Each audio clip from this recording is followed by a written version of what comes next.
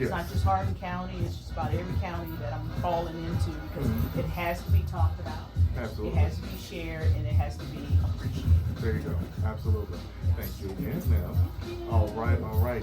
So again, shout out to the sponsors. Shout out to the Regality Miles and Talent Group.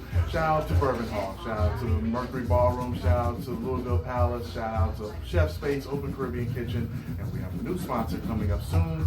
As soon as that paperwork, as soon as the ink dries on that one, we'll announce that next month. Absolutely. It's always about that. There you go. Exactly.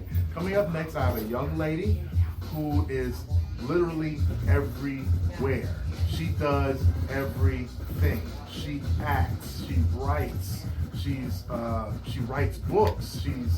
Look, man, she is phenomenal. I've only known her for a little less than 2 years, but every time I see her out, it's at an event doing something. You will not find her in Legends. You will not find her in Kohl's. You will not find her in any of those locations. She is all about trying to better herself, better her community, and seeing what she can do to try to help better the people around her. So with that being the case, I needed to make sure that I got her up here. She just released a new book. And with that, I needed to make sure that you guys knew about it. And who else to be on the cover of the book but her herself? Absolutely. I don't blame her not one bit. She's doing the Oprah approach, okay? Whenever Oprah comes out with a magazine, if you've seen Oprah's magazine, it's been going for 10 years plus, and you haven't seen anybody on the cover of her magazine except her. So Miss Devin Chestnut has made the same approach. Good morning, Miss Devin. Good morning. How are you doing? I'm well. How are you? I'm good. Thank you for having me. My pleasure. Let me see that book over there. Okay, so this is one of 2 books that you've written. Yes. Okay. Now I put up the other book that you That's wrote. okay. But that's okay. It's promotion one way or the other. That's okay. Alive in a Dead Relationship. Oh man, when I saw the cover of this one, look, I sent the cover of this to a few people for different reasons. One, to promote it and let it be known that you came out with this product. And 2, as a subliminal sign that they might be a product of exactly what this is. Alive in a Dead Relationship. So hopefully they got the sign. I don't think they got it, but it's okay. That's okay. That's okay. Okay, so for the people who do not know Miss Devin Chestnut, tell them about what all that you do. Because you do, I only told them about a few things that I know of, but there's so much more. So you hit the main points. So I write, I have a nonprofit organization for women and youth. It's called Russell Women and Youth Development Services. And just basically pulling out their potential, letting them know. But I want all women and youth. But I especially want the ones that everybody else have thrown away saying that, oh, you're never going to be this. Oh, yes, give me those girls. Yes. Because they still have a purpose to fulfill. They still have a calling on their life. Absolutely. They just need that push. So I do have that, and I'm working on a play actually next year, 2020, and it's in regards to this book. Okay. Yes. So inspired by the book. Mm-hmm. Outstanding. Okay, so you act, you write. Now, okay, is this the first or the second? That's the second. This is the second. It What is. was the name of the first one? The first one is called Ladies Set Apart for a Purpose. Okay. Now, what inspires you to write these books? Well, okay, let's go to the first one. What inspired you to write that first book? The thing that inspired me to write my first book is my very first job was working with the youth. And I absolutely did not like it. I said, I don't ever want to work with youth again. I was 15 years old. I said, no. Okay, yeah. So you still trying to figure yourself out. Exactly. Okay, I can understand But it that. came back around, and how it came back around, I had a friend that worked out of town as a security guard. Okay. And he said, do you know what this mother told to her daughter? And I was like, what? She said, as long as you have that in between your legs, you should never be broke. My heart melted. And it just came back full around. I said, I need to do something. That's what burned that fire inside of me. Ooh. Yes. Ooh. Mm-hmm. You know what? And especially in this day and age, that philosophy seems to be told more and more. And more people seem to be trying to live by that philosophy. Exactly. So Exactly. Okay, so I can understand why I'm lit fire. Mm-hmm. Okay, so that was the inspiration behind the first book. And how long did it take you to write that book? When I tell people, they say that's unbelievable. It took me literally 1 month because I was so focused, no distractions. Well, you had a purpose. I You did. had intent. I And you did. knew exactly what your subject matter was Mm-hmm. and the reason why you were writing it. So when you write stuff like that, that type of stuff comes natural. It does. Oh my goodness. So yeah, that book just probably flowed out. You probably even had to stop yourself to continue to write that one. Well, I mean, it was everywhere, and it opened up the doors for me to mentor and go to schools and speak to actually the young ladies and stuff like that. So it was awesome. It's amazing, and it's still opening doors for me to this day. As it should, because you know you never run out of young ladies that actually need that kind of assistance. Exactly. So with that being the case, and then on top of that, it's not just the fact you never run out of young ladies. There are also always women who are finally ready to have that courage to step out and say, I need that. Yes, absolutely. So, yeah, absolutely. And you know, sometimes the only reason why they would actually come out and say something like that is because of the fact they see somebody is actually offering it. Yes. They won't say it and then just hopefully just leave it up in the air and hope somebody. No, they probably see you out and about or see people like Miss Owens over there out and about doing these things and say, okay, yeah, I definitely need to see what I can do as far as making this happen. Yes. All right. So the second book, Alive in a Dead Relationship. Please talk about this book. Alive in a Dead Relationship. Alive in a dead relationship. Boy. Now, okay, see, we can go so many different directions. I'm going to ask every question, okay? Fine, ask away. Okay. Was this inspired by a personal circumstance? Absolutely. Okay, that's one. Was it also inspired by some other people that you've seen in the same situation? Absolutely. Okay, all right. And was it apparently it was strong enough for you to actually write a book about this too? Yes, and it don't get me wrong, it was not to bash anybody or anything like that. But it was like a lot of people in relationships today, it's not real. They get in a relationship because they see everybody else on Facebook flaunting it and taking pictures. Man. Oh, we in Barbados. Oh, we're this. And then when they go home, they're so unhappy.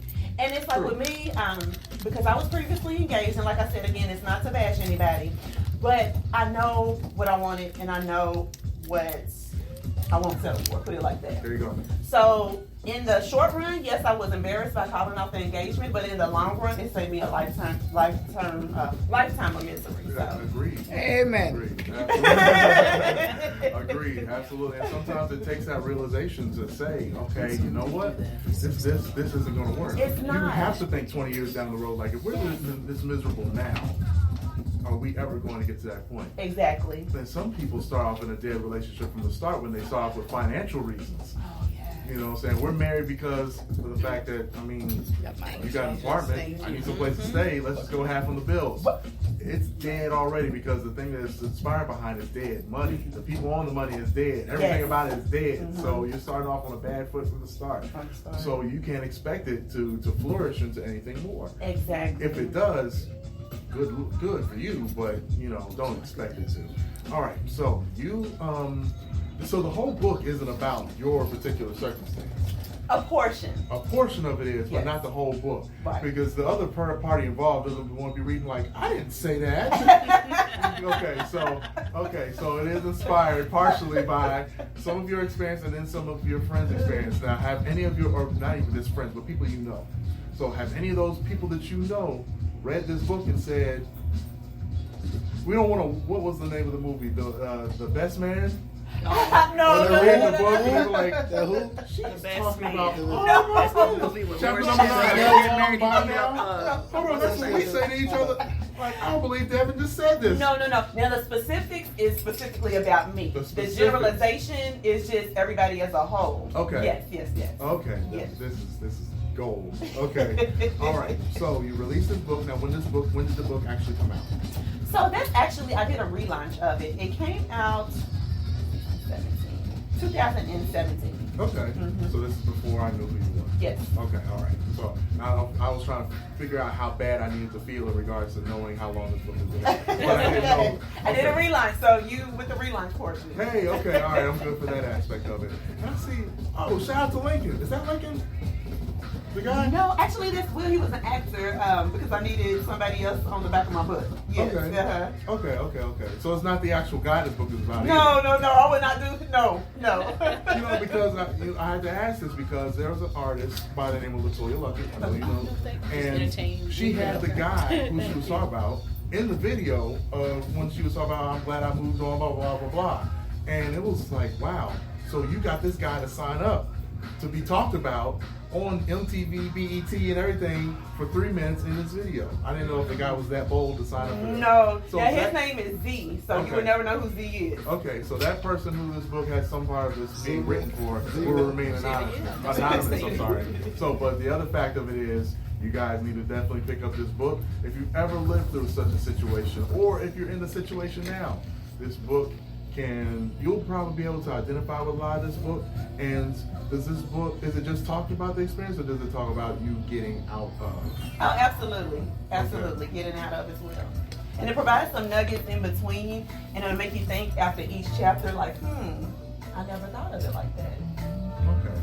Okay. So you said that you were engaged, and then you end up having. Now, how long does a thought process like that finally take, or how long does it take for you to actually finally come to the realization?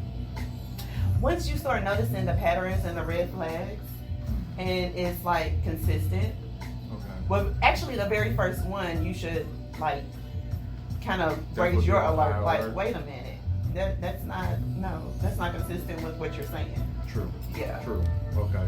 So again, definitely. Okay. So you also talked about a play that was inspired by this book. Now, what Yes. made you decide to go from this just being a book to then making it a full-fledged production? Just that thought of wanting to make it a play, because everybody that have read it, they said I laughed, I cried, I wanted to throw a shoe.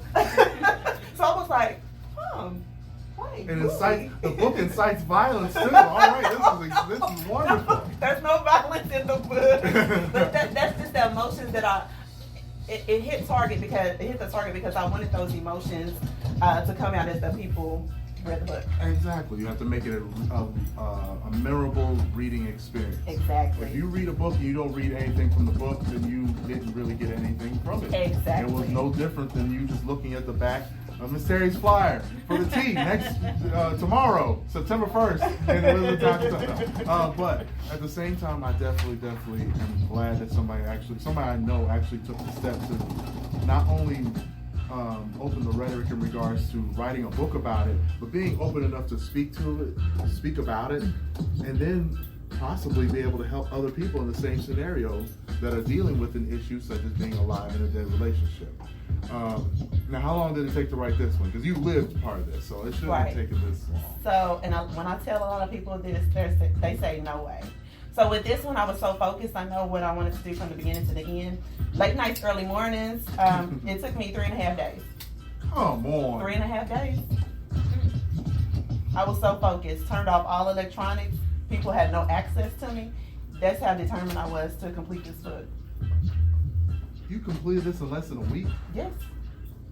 Well, you lived. Yeah. Okay.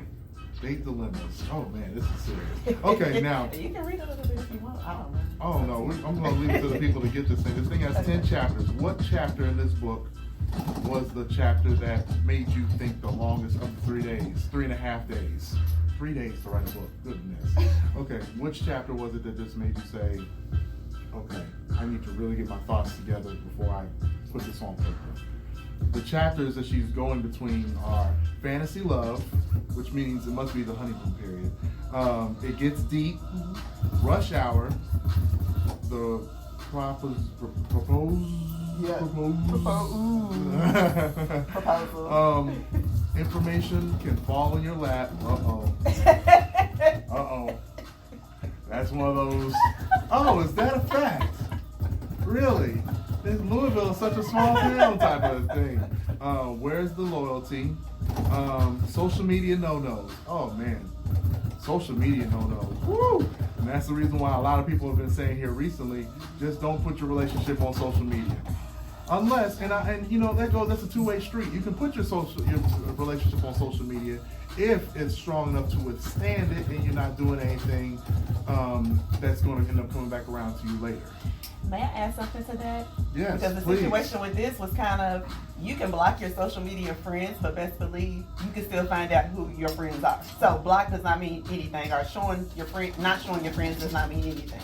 Absolutely. You don't know the reason why some of these people are sending you some of these requests to be on your page. Mm-hmm. Oh, she's pretty. Yeah, she's pretty, but you don't know that she might be her best friend. And just because she's not on your social media, homegirl's on your social media now, be like, oh, so that's who you were with. Oh boy, I'm trying to tell you. Woo! Okay. Danger. I no longer care. Oh man, when a woman exits a relationship mentally, the relationship is over. Like there's no coming back from that. None. You know what I'm saying? And being the son of a single mother, I've seen that happen myself. Like when a woman is checked out mentally, then it's the next chapter. So long, bye now. Yes.